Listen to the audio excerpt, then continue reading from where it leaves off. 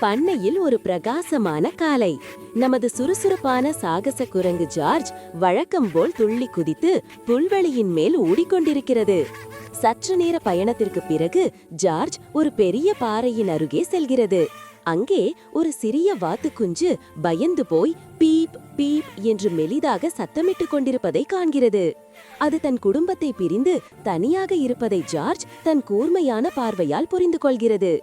George அதன் அருகே மெதுவாக சென்று தான் வைத்திருந்த ஒரு வாழைப்பழத்தை அதற்கு உண்ண கொடுத்து குஞ்சின் நம்பிக்கையை பெறுகிறது.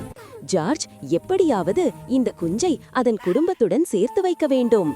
ஜார்ஜ் சுற்றும் முற்றும் பார்க்க பண்ணை திடலின் ஈரமான சேற்றுப் பகுதியில் குஞ்சின் கால்தடங்களுடன் சில பெரிய வாத்தின் கால்தடங்கள் ஆழமாக பதிந்திருப்பதை அது கவனிக்கிறது. இதுதான் துப்பு. ஜார்ஜ் அந்த கால்தடங்களை பின்தொடர வாத்து குஞ்சுக்கு உற்சாகமாக சைகை செய்கிறது.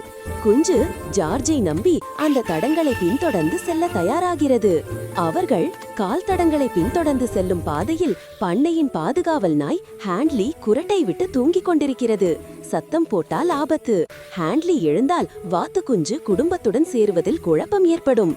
ஜார்ஜ் விரைந்து செயல்படுகிறது. அது வாத்து குஞ்சை தூக்கிக் கொண்டு மிக மெதுவாக தூங்கிக் கொண்டிருக்கும் ஹாண்ட்லியின் உடலின் மீது ஏறி அதன் குறுக்கே ஒரு பாலத்தை போல பயன்படுத்தி மறுபுறத்திற்கு சறுக்கி செல்கிறது. சத்தம் எதுவும் இல்லாமல் அவர்கள் வெற்றிகரமாக அந்த ஆபத்தான கட்டத்தை தாண்டி விடுகிறார்கள். இறுதியாக கால்தடங்கள் ஒரு அழகான தடாகத்தின் அருகே முடிவடைகின்றன.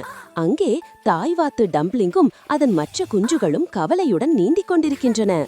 ஜார்ஜ் பத்திரமாக குஞ்சை தரையில் இறக்கிவிட அது மகிழ்ச்சியில் பீப் பீப் என்று சத்தமிட்டவாறு வேகமாக ஓடிச் சென்று தன் தாய்வாத்தின் இறக்கைகளுக்குள் புகுந்து கொள்கிறது. தாய்வாத்து மிகுந்த அன்புடன் தன் குஞ்சை அணைத்து ஜார்ஜை நோக்கி தலையை ஆட்டி நன்றியை தெரிவிக்கிறது.